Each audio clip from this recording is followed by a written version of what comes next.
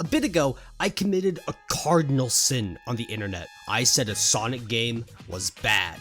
Why isn't Sonic Adventure looked on as fondly as Super Mario 64? Well, I have a very simple answer. Sonic Adventure just isn't as that fun as Mario 64. It's just not as good. Mario 64 is way more polished and thought out than Sonic, and understands what makes a game fun. Long cutscenes with horrible audio mixing. I made a video detailing some of the issues I had with Sonic Adventure 1, but amongst the sea of comments calling me delusional and misinformed and insane, by the way, you're free to just call me a retard next time. Uh-oh, retard alert! Retard alert, class! There's a specific comment that stuck out to me. One last thing.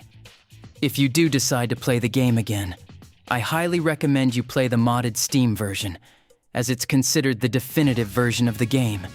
Not only does it restore the Dreamcast's visual effects that the ports broke, but it also comes with quality of life improvements, audio fixes, and adjustable settings.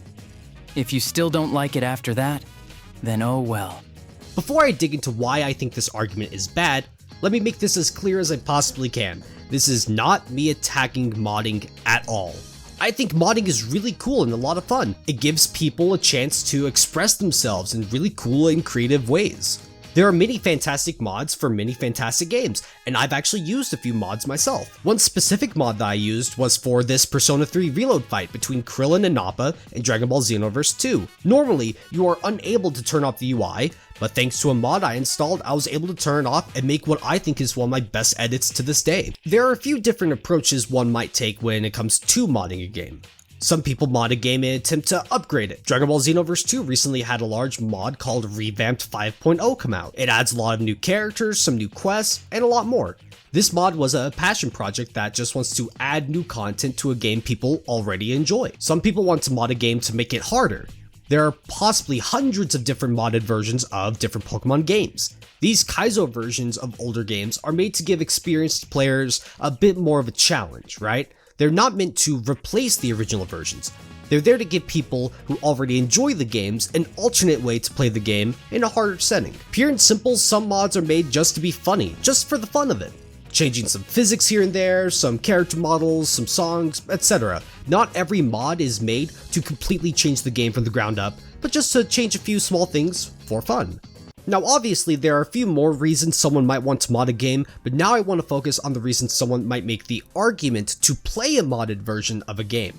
The original game has a few flaws, or it's just really bad. Let's look at Persona 4 Golden real quick. I had a lot of fun with the game. The characters and story are just chef's kiss peak Persona, but the combat section of the game isn't the best. Alongside that, there are some visual changes that were made from the original game to Golden, and a few people didn't like those changes, so there was a mod made called the Fog Restoration mod, and it was made to change the visuals to look more like the original, along with a few other changes. The people who made this mod looked at Persona 4 Golden, thought that there were some flaws with the game, and wanted to fix those flaws. I want to make this very clear again, this video is not me trying to criticize the mods themselves. These mods have a lot of time and effort put into them, and I in no way, shape, or form am trying to come off as a guy who's hating that these mods exist. What I am hating on is the aforementioned argument of, if you don't like the game, just mod it. I have never really heard this argument used for anything else. If someone says that they don't like a book, you don't really see people responding with, just read this fanfiction instead. Or if someone says that they don't like a song,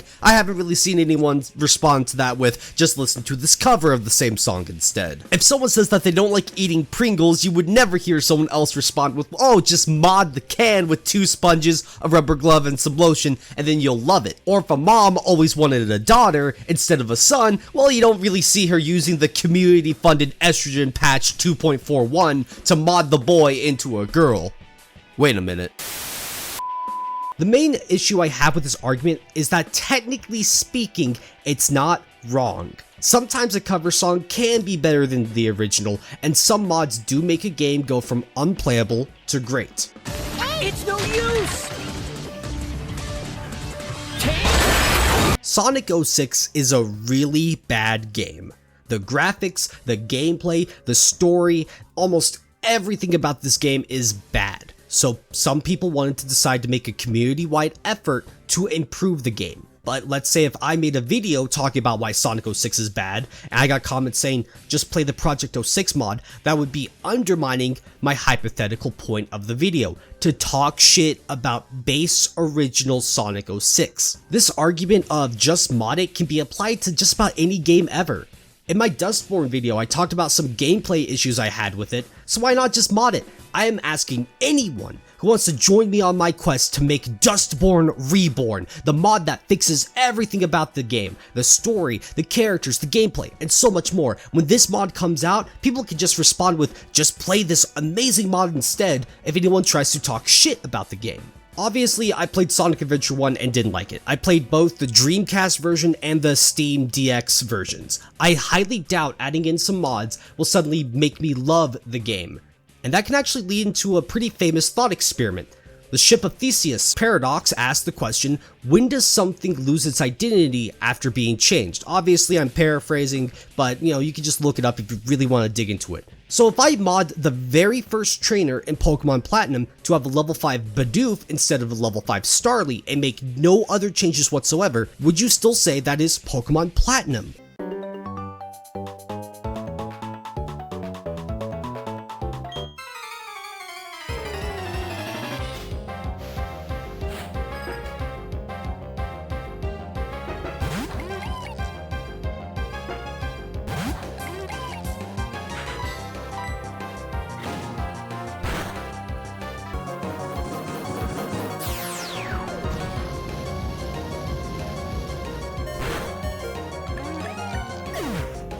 If you add a dozen different mods to a game that changes character models, music, stages, gameplay mechanics, etc., are you still playing the same game? If a game needs a bunch of mods to make it better, then that just proves that the original is bad or at least extremely flawed.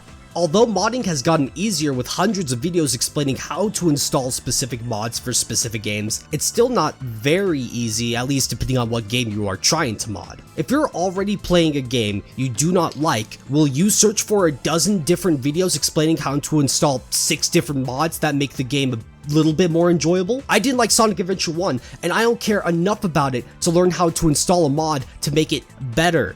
I would rather stop playing the game entirely at that point. Not everyone is jumping at the idea of learning how to mod a game, and odds are, if they do want to learn how to mod games, it will be a game that they already enjoy. Why waste that time to change a game you already don't like just to realize those mods didn't actually improve the game all that much to you? So why do I really hate this argument? Well, it's only ever made to shut down someone who is criticizing a game that a person likes. It's only made to derail the original point someone was trying to make, at least in my opinion. Another part of it is that I just don't know how to respond to it. Yeah, I'm sure a mod that was made for a game that came out 20 years ago fixes all its issues. That's great, amazing, everybody clapped, but it doesn't change the fact that the original game is bad, at least to me.